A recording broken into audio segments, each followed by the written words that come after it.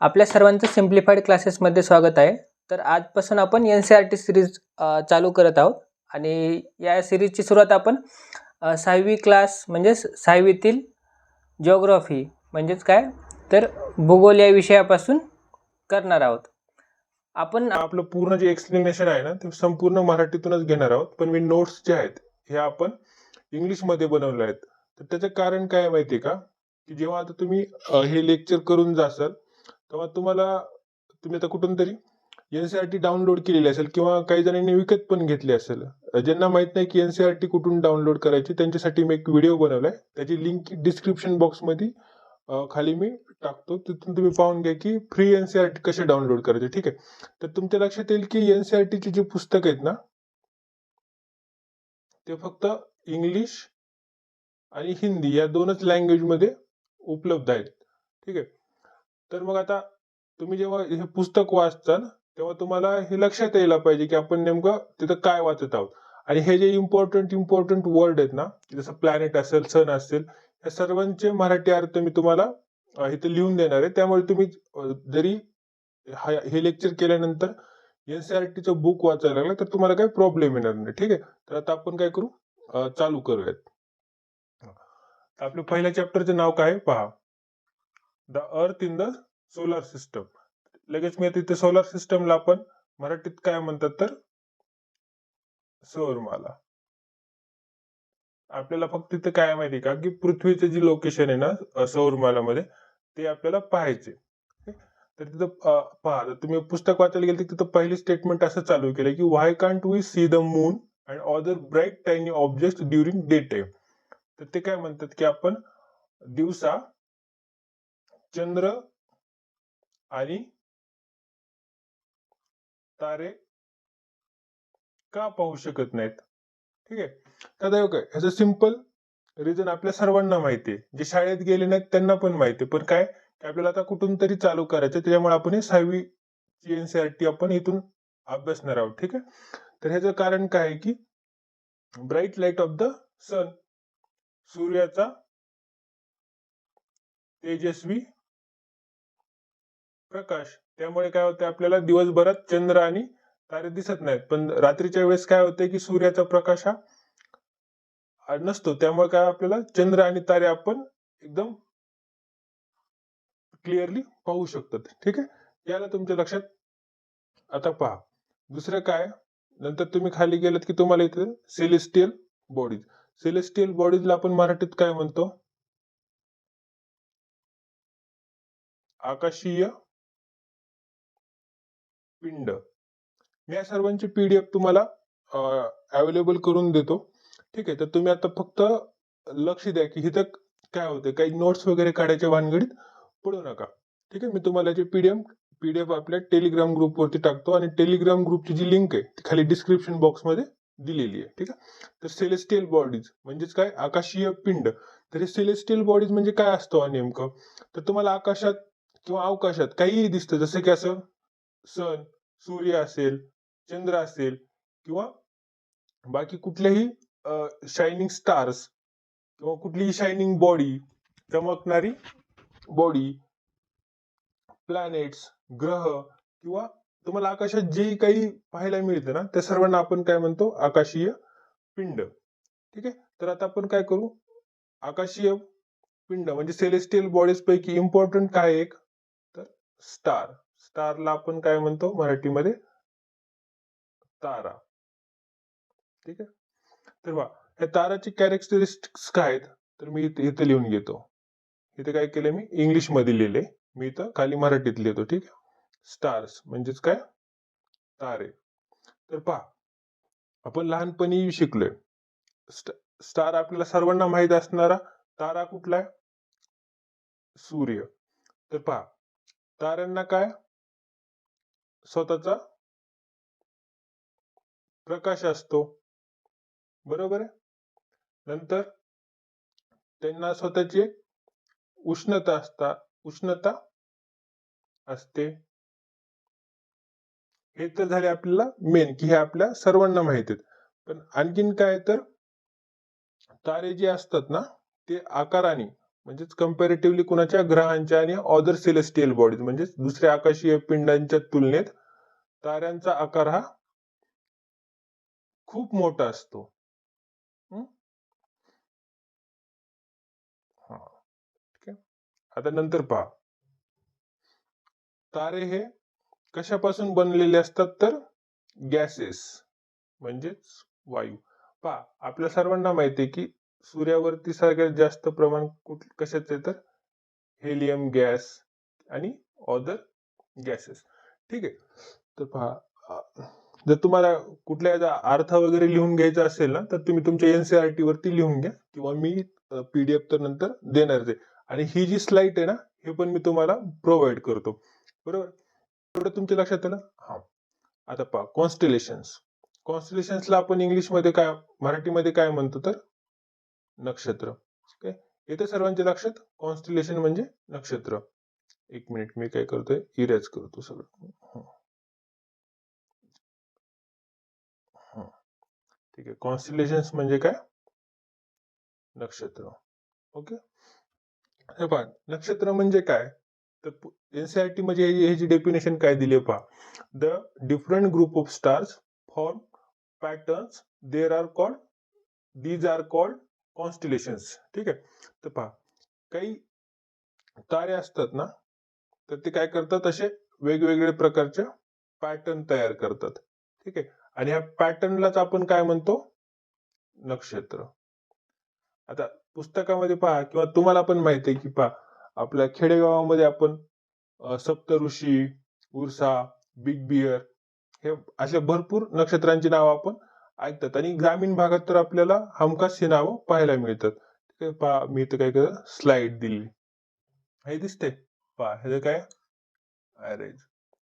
आपली डेफिनेशन काय आहे पहा, की ग्रुप ऑफ स्टार्स म्हणजेच काय तर ताऱ्यांचा समूह एक पॅटर्न तयार करतो, एक स्पेसिफिक पॅटर्न तयार करतो, त्याला आपण काय म्हणतात तर नक्षत्र. इथं पहा, हा एक तारा, हा एक तारा, हा एक तारा आणि हा, हे काय झाले, पॅटर्न तयार झाला. बरोबर आहे.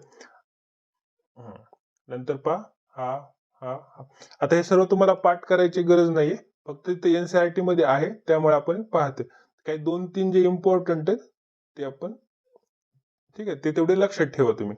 काय, बरोबर आहे. नक्षत्र लक्षात आलं तुमच्या, हे इतकं काही जास्त इम्पॉर्टंट नाहीये, फक्त एक कन्सेप्ट साठी की जर कोणी विचारलं की नक्षत्र काय असतं किंवा जर कुठे तुम्हाला वाचण्यात आलं की नक्षत्र म्हणजे काय, तर तुम्हाला एक लक्षात आलं पाहिजे की नक्षत्र म्हणजे काय असतं, की जे तारे असतात, ताऱ्यांचा समूह एक स्पेसिफिक पॅटर्न तयार करतो, त्या पॅटर्नला आपण काय म्हणतो तर कॉन्स्टेलेशन्स. ठीक आहे. नंतर पहा, एक मिनिट, आता आपण काय पाहू, प्लॅनेट्स. हे तुमच्या लक्षात येते नाही, कशामध्ये येते पहा, मी इथे काय केलंय, एक इथे मी 2 लिहिलंय का, नाही, इथे काय लिहिलंय 1.2 म्हणजे सेलेस्टियल बॉडीज मध्येच काय येतं, कॉन्स्टेलेशन्स. इथे मी काय लिहिलंय 1.1 सेलेस्टियल बॉडीज मध्ये काय येतं, स्टार्स. ठीक आहे. सेलेस्टियल बॉडीज मध्येच काय येतं, कॉन्स्टेलेशन्स. आणि नंतर सेलेस्टियल बॉडीज मध्येच काय येतं, प्लॅनेट्स. प्लॅनेट्सला आपण मराठीत काय म्हणतात, ग्रह. तर ताऱ्यांच्या अगदी उलट काय असतात, ग्रह. तर आता आपण इथं काय ग्रहांचे कॅरेक्टरिस्टिक्स पाहूयात. ठीक आहे. तर पहा, तारे कसे असतात, आकाराने मोठे आणि उष्ण. त्याच उलट काय, ग्रह हे ताऱ्यांच्या तुलनेत, ठीक आहे, ताऱ्यांच्या तुलनेत आकाराने कसे असतात, लहान, आणि ते उष्ण असतात का, त्यांना स्वतःची अशी उष्णता नसते. बरोबर. ताऱ्यांना, ग्रहांना स्वतःचा प्रकाश असतो का, तर नाही. आपली पृथ्वी काय आहे तर ग्रह. तर कधी पण कंपॅरिझन करताना ताऱ्यांचा आणि ग्रहांचा आपण काय, सूर्य आणि पृथ्वी असं कंपॅरिझन करतो, म्हणजे आपल्याला ते अगदी सोपं जातं. बरोबर, प्रकाश. नंतर पहा, तारे हे कशाचे बनलेले असतात तर गॅसेस. पण पृथ्वी पहा कशी आहे, रॉकी इन नेचर. आपली पृथ्वी ही फक्त गॅसेसनी बनलेली आहे का, नाही. ठीक आहे, आलं लक्षात तुमच्या तारे आणि ग्रहातला फरक. आता आपण पुढे जाऊयात. ह्याचा तुम्ही एक स्क्रीनशॉट मारून घ्या. हे आपल्या बहुतेक पीडीएफ मध्ये हे थोडं टाकायचं राहून गेले. आणि जर PDF नसेल तयार झाली तर मी त्यामध्ये ऍड करतोच, पण तुम्ही काय करा, हे जे एक स्क्रीनशॉट मारून घ्या. हा. पहा, आता आपण काय काय पाहू, सोलार सिस्टम. सोलार सिस्टमला आपण मराठीत काय म्हणतो, सौर माला. सोलार सिस्टमची डेफिनेशन एनसीईआरटी मध्ये काय दिली पहा, the sun, 8 planets, satellites and some other celestial bodies known as asteroids and meteorites form the solar system. ठीक आहे, तर पहा, तर ह्याला मराठीतून लिहायचं म्हणलं तर कसं लिहितील, मी इथे लिहितो, सूर्य, 8 ग्रह, त्यांचे उपग्रह आणि सेलेस्टियल बॉडी म्हणजेच आकाशीय पिंड. तर ऍस्ट्रॉइड आणि मेटेरॉइड्स पण कशामध्ये येतात, आकाशीय पिंड मध्येच येतात. तर हे सर्व मिळून काय, तर सौरमाला तयार करतात. त्या सर्वांनाच काय म्हणतात आपण, सोलार सिस्टम. ठीक आहे.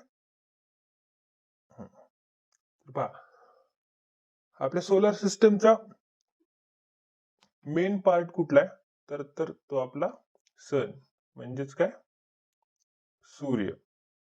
पहा, इथे काय लिहिलंय, the centre of solar system. Sun is the solar centre of solar system. पहा, मी मग सांगितल्या प्रकारे काय सांगितलं होतं की sun is made up of extremely hot gases. सूर्य कशापासून बनलेला आहे, तर एक्स्ट्रीम हॉट गॅसेस, म्हणजे तो वायूंनी बनलेला आहे. हा, आणि हे पहा, provides pulling force to bind solar system. आता आपल्या सर्वांनी लहान असताना 5वीच्या पुस्तकामध्ये एक हे डायग्राम पाहिले असेल. पहा, हे सन आणि ह्याच्या आजूबाजूला असे ग्रह फिरतात. तर ते कशामुळे फिरतात की सन एक काय करतो, एक पुलिंग फोर्स आपल्या ह्या ग्रहांवरती अप्लाइड करतो. त्यालाच आपण काय म्हणतो, ग्रॅव्हिटेशनल पुल ऑफ सन. ठीक आहे. हे काय आपल्याला, हे फिजिक्सचा पार्ट आहे, फक्त मी इथे मेन्शन केलं म्हणून सांगितलं. तर आपल्या सूर्याच्या भोवती ग्रह का फिरतात, तर सूर्य एक पुलिंग म्हणजे असा ओढणारा जो एक फोर्स आहे तो प्रोव्हाइड करतो, त्यामुळे हे सर्व ग्रह सूर्याच्या भोवती फिरत राहतात. ठीक आहे. तर नंतर काय आपलं प्लॅनेट्स, ग्रह. तर आपल्या सौरमालेत किती ग्रह आहेत, 8 प्लॅनेट्स आहेत. कुठले कुठले, Mercury, Venus, Earth, Mars, Jupiter, Saturn, Uranus आणि नेपच्यून. पहा, Mercury is the nearest to the sun. ठीक आहे. सगळ्यात जवळचा ग्रह कुठल्या सूर्यापासून, तर तो मर्क्युरी. तर पहा, आता हा सन आहे आणि हा मर्क्युरी आहे. तर मर्क्युरीला सूर्याभोवती एक चक्कर कंप्लीट करायला फक्त किती दिवस लागतात, 88 डेज. म्हणजे पहा, पृथ्वीवरती एक वर्ष किती दिवसांचं असतं, 365.5 डेज. बरोबर आहे. तसंच मर्क्युरी म्हणजे बुध ग्रहावरती एक वर्ष किती दिवसांचं असेल, 88 डेजचं. ठीक आहे, आलं लक्षात.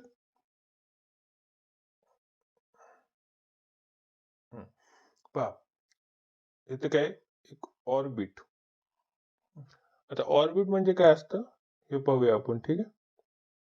आता पहा, हा सूर्य आहे आणि हे ग्रह आहेत.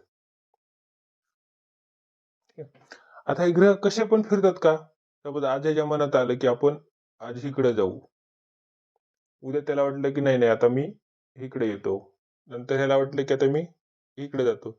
असे फिरतात का, तर नाही. तर त्यांचा काय एक ठरलेला पाथ आहे, इलिप्टिकल पाथ आहे. बरोबर आहे. हा एकदम सर्क्युलर नाहीये, हा कसा इलिप्टिकल पाथ. ते त्या पाथ मध्येच काय करतात, हे जे ग्रह आहेत ते सूर्याभोवती फिरत असतात. तर ह्या ठरलेल्याच पाथला आपण काय म्हणतो, ऑर्बिट. आता ऑर्बिटला मराठीत काय म्हणतात हे तुम्ही एकदा सर्च करून घ्या, मला याचा मराठी वर्ड माहित नाही. ठीक आहे, आलं लक्षात? तर पहा, मर्क्युरी म्हणजे काय,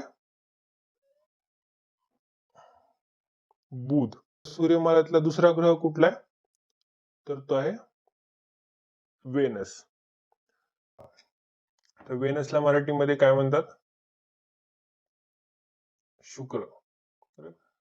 मर्क्युरीला बुध, शुक्र. तर पहा, हा शुक्र ग्रह आहे ना, त्याला पृथ्वीचा जुळा ग्रह पण म्हटलं जातं. त्याला जुळा ग्रह का म्हटलं जातं, पहा त्याला पण काही कारण असेल ना. तर हा व्हेनस आहे ना, व्हेनसची साईज म्हणजेच व्हेनसचा आकार, म्हणजे शुक्र ग्रहाचा आकार आणि त्याची साईज ही कशी एकदम पृथ्वीसारखी आहे. आता तुम्हाला माहिती आहे की पहा, नासा, इस्रो आणि बाकीच्या ज्या पण म्हणजे स्पेस मध्ये रिसर्च करतात, त्या बऱ्याच जणांचं कसं व्हेनसवर खूप म्हणजे व्हेनसला खूप इम्पॉर्टन्स देतात की ह्याच्यावरती लाईफ सापडण्याचे चान्सेस जास्त आहेत. कशामुळे, कारण तो एकदम अर्थ सारखाच म्हणजे एकदम अर्थचा सिमिलर, जे अर्थचा ट्विन आहे. ठीक आहे, त्यामुळे त्याला जास्त इम्पॉर्टन्स सध्या आपण रिसर्च मध्ये पण देतात की त्याच्यावरती आपल्याला सजीव सृष्टी सापडण्याचे जास्त चान्सेस आहेत. ठीक आहे, नंतर पहा, नंतर कुठला ग्रह आहे, मार्स. मार्सला आपण मराठीत काय म्हणतो, मंगळ. मी कॅन्सल करतो. हे दोनच तेवढे लक्षात ठेवा, मर्क्युरी आणि व्हेनस. त्याच्या खाली जी मी एक्सप्लेनेशन लिहिले ना, हे लक्षात राहू द्या तुमच्या.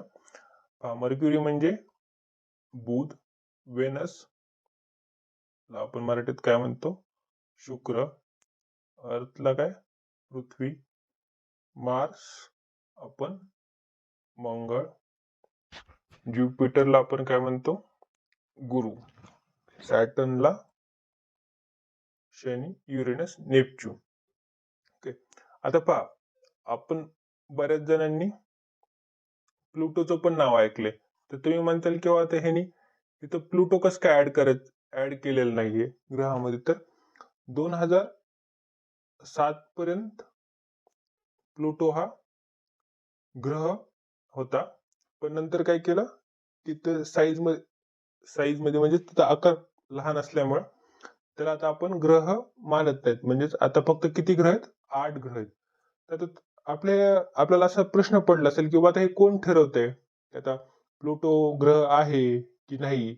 उद्या कुठला तरी आणखीन आपल्याला एखादा ग्रह नवीन सापडला, तर त्याला ग्रह मानायचं का नाही हे कोण ठरवणार, तर इंटरनॅशनल ऍस्ट्रॉनॉमिकल युनियन.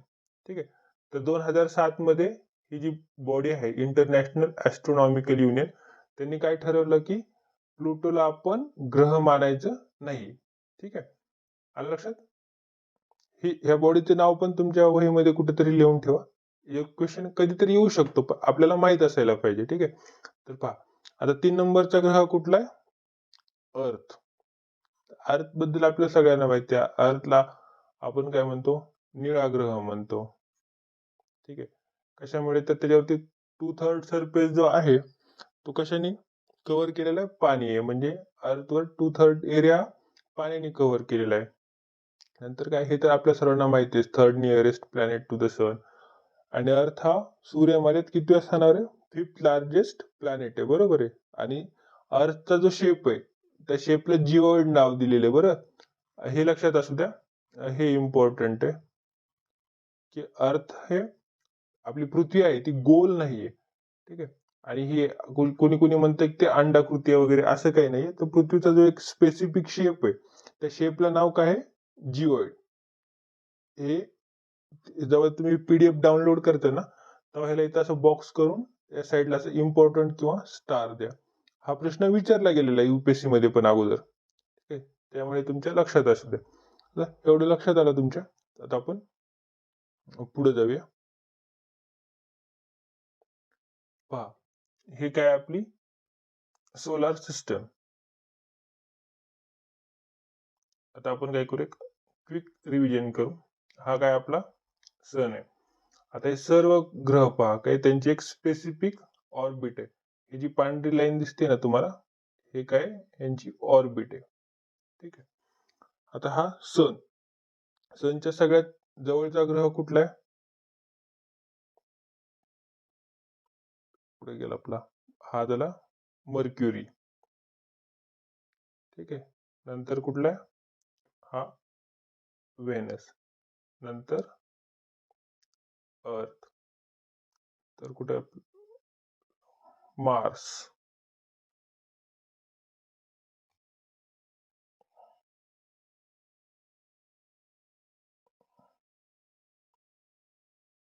ठीक आहे. तर हे तुम्ही नंतर पाहून घ्या.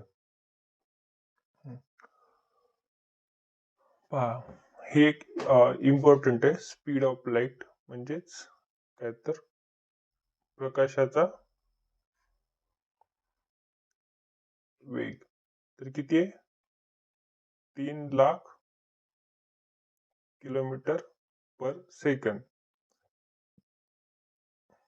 आणि सूर्यापासून जो निघालेला प्रकाश आहे ना, त्याला पृथ्वीवरती पोहोचण्यासाठी किती वेळ लागतो? तर 8 मिनिट. तर आता मी तुम्हाला एक प्रश्न देतो इथं, त्याचा आन्सर काय करा तुम्ही आपल्या कमेंट बॉक्स मध्ये लिहा. पाहू आपण कोण बरोबर करते. पण सर्वांनी ह्या प्रश्नाचं उत्तर कमेंट बॉक्स मध्ये द्या. ठीक आहे. तर पहा, आता तुम्हाला इथं काय माहित झालंय की सूर्यावरून येणारा जो प्रकाश आहे त्याला पृथ्वीवरती यायला किती वेळ लागतो? तर 8 मिनिट लागतात. तर सूर्य आणि पृथ्वी यामधलं अंतर किती? ठीक आहे. आता मी तुम्हाला हे कसं करायचं ते पण सांगतो, की आपल्या सर्वांना माहिती आहे speed is equal to distance divided by time. ठीक आहे. तर ह्या सूत्राचा वापर करून तुम्ही सर्वांनी आन्सर करा. आणि प्रत्येकाने आन्सर काय करायचं तर कमेंट बॉक्स मध्ये लिहायचे आपल्या बरोबर. तर पहा, आता सौरमालेचा पुढचा महत्वाचा घटक कुठला आहे? तर मून. मूनला आपण मराठीत काय म्हणतो? चंद्र. तर मून जो आहे तो ओनली नॅचरल म्हणजे कसा नैसर्गिक सॅटेलाइट आहे आपल्या पृथ्वीचा, बरोबर आहे. आता हा इथे पहा, सॅटेलाइट या टर्मला थोडं, सॅटेलाइट कसे दोन प्रकारचे असतात. एक नॅचरल आणि सेकंड आर्टिफिशियल. आर्टिफिशियल म्हणजे काय? तर मॅन मेड म्हणजे माणसाने बनवलेले. जसे की इस्रो वगैरे पाठवते ना, तर ते पण काय तर अर्थचे सॅटेलाइटच आहेत. ठीक आहे. हे पहा, हे काय झाले आर्टिफिशियल सॅटेलाइट. तसा पृथ्वीचा नैसर्गिक सॅटेलाइट आहे तो कुठला आहे? चंद्र. लक्षात. आता इथे पहा, डायमीटर म्हणजेच व्यास. तर तो चंद्राचा जो डायमीटर आहे तो 1/4 आहे कुणाच्या? अर्थच्या डायमीटरच्या. ठीक आहे. सपोज जर अर्थची, एक मिनिट हे जरा, सपोज अर्थची जर डायमीटर x असेल तर चंद्राची डायमीटर किती असेल? x divided by 4. आलं लक्षात. याला म्हणतात आपण 1/4. तर चंद्राची डायमीटर किती आहे? 1/4 of the earth. Distance from the earth किती आहे पहा. मून म्हणजेच चंद्र आणि पृथ्वी ह्याच्यामधलं अंतर किती आहे? 3,84,000 किलोमीटर. लक्षात. तर पाहता ह्या ह्याच्यावरनं पण आपण काय काढू शकतो की नाही, मून आणि अर्थ ते दोन्ही ग्रह आहेत, तर ह्याच्यामध्ये आपण काढू शकतो की लाईटला मूनवरनं अर्थ वरती येण्यासाठी किती वेळ लागतो. तर ठीक आहे, तरी पण तुम्ही काढा की सपोज अर्थ वरून जर आपण मूनवरती लाईट सोडायची ठरवलं तर अर्थवरून सोडलेल्या प्रकाशाला मूनवरती जायला किती वेळ लागेल? ठीक आहे. हे आपण प्रश्नाचं उत्तर तुम्ही काय करा, कमेंट बॉक्स मध्ये लिहा. हा, हे 2 पॉइंट आपण पाहिले. तर पहा, तिसरा पॉइंट काय म्हणते की आपल्याला जो चंद्र आहे ना, त्याची एकच साइड आपल्याला नेहमी दिसते. ही साइड आपल्याला कधी दिसत नाही. तर त्याचं कारण काय, की जे अर्थ म्हणजेच पृथ्वी आणि चंद्र ह्या दोघांचा जो स्पिन टाइम आहे ना, तो जवळपास सेम आहे. त्यामुळे काय होतं की आपल्याला फक्त चंद्राचा एकच भाग पाहायला मिळतो. आलं लक्षात? तर हे झाले आपले मूनचे 3 पॉइंट. आणि हे सर्व जे पॉइंट आहेत ना, ते सर्व सेलेस्टियल बॉडीज मध्येच येत होता. ठीक आहे. हे तर मी नंतर पेज बदलल्यानंतर इथे लिहायचं राहून गेलं 1.4 वगैरे. पण हे सर्व काय, मून, ॲस्टेरॉइड्स, मेटेरॉइड्स हे सर्व काय सेलेस्टियल बॉडीज. आणि हे सेलेस्टियल बॉडीज कशामध्ये येतात? सोलर एनर्जी नाही, सोलर सिस्टम मध्ये येतात. तर नंतर सोलर सिस्टमचा इम्पॉर्टंट पार्ट कुठला? तर ॲस्टेरॉइड्स. ॲस्टेरॉइड्सला आपण काय म्हणतात? लघु ग्रह.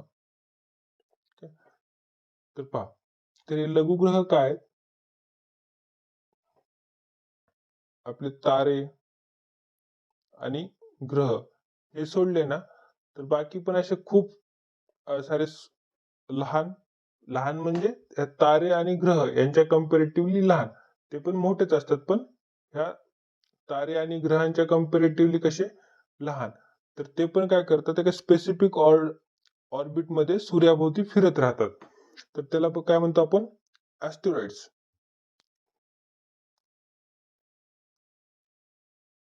हा, ठीक आहे. तर त्याला आपण काय म्हणतो? ॲस्टेरॉइड्स. आणि हे जे ॲस्टेरॉइड्स आहेत म्हणजे लघुग्रह आहेत ना, ते आपल्याला मार्स म्हणजेच मंगळ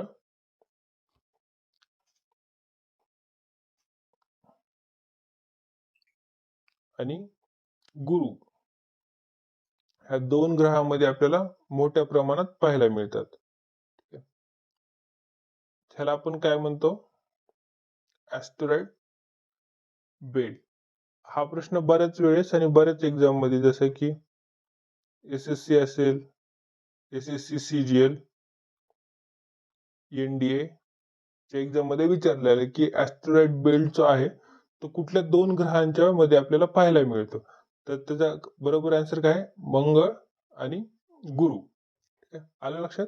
ॲस्टेरॉइड म्हणजे काय, की तारे आणि ग्रह यांच्यापेक्षा पण लहान. हे ॲस्टेरॉइड्स म्हणजे काय नाही, तर मोस्ट ऑफ द टाइम काय असतं की जे ग्रहांचे जे पार्ट पाहता, ग्रह कसे बनलेले असतात ते आपण 11वीच्या NCERT मध्ये पाहणार आहोत. पण हे लघुग्रह असतात ना, तर ते हे ग्रहचेच छोटे छोटे पार्ट असतात. आणि ते पण काय होतात की एक स्पेसिफिक ऑर्डर मध्ये सूर्याभोवती फिरत राहतात. आणि हे जे ॲस्टेरॉइड्स आहेत ते मोस्टली मंगळ आणि गुरु ह्या 2 ग्रहांच्या मध्ये खूप मोठ्या प्रमाणात पाहायला मिळतात. त्याच्यामुळे ह्या मंगळ आणि गुरु या 2 ग्रहांच्या मध्ये जो एक बेल्ट तयार होतो त्याला काय म्हणतो आपण? ॲस्टेरॉइड बेल्ट. ठीक आहे. तर पहा, नंतर काय, तर मेटेरॉइड्सला आपण मराठीमध्ये काय म्हणतो? उल्का. तर ॲस्टेरॉइड्स आणि मेटेरॉइड्स म्हणजे जवळजवळ सेमच आहे, फक्त मेटेरॉइड्स म्हणजे काय, the small piece of rocks which move around the sun call meteoroids. तर हे पण सेमच आहे, फक्त ॲस्टेरॉइड काय असतात, तर ते ग्रहांचे पार्ट असतात आणि ते साईजनी मोठे असतात. आणि मेटेरॉइड्स काय, तर ते रॉक्स आहेत. ठीक आहे. आलं लक्षात तुमच्या? ॲस्टेरॉइड्स, मेटेरॉइड्स हे पण कशाचे पार्ट आहेत, तर सोलर सिस्टमचे पार्ट आहेत. आणि सोलर सिस्टम पण कशाची? ठीक आहे. सोलर सिस्टमचे तर आहेतच, पण सेलेस्टियल बॉडीज पण आहेत. ॲस्टेरॉइड असेल, मून असेल, मेटेरॉइड्स असेल, हे पण काय आहेत? आकाशीय पिंड आहेत. ठीक आहे. नंतर आता आपण पुढे जाऊ. हे पाहिलं आपण. हे काय, तर आर्टिफिशियल सॅटेलाइट्स.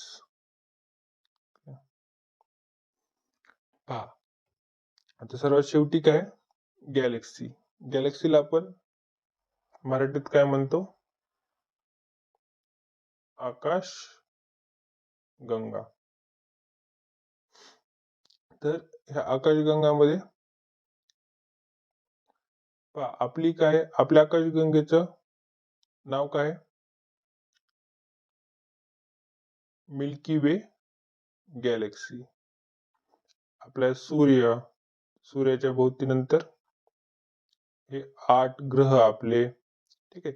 ही झाली आपली एक सोलार सिस्टम, बरोबर आहे. ह्याला मी काय म्हणतो?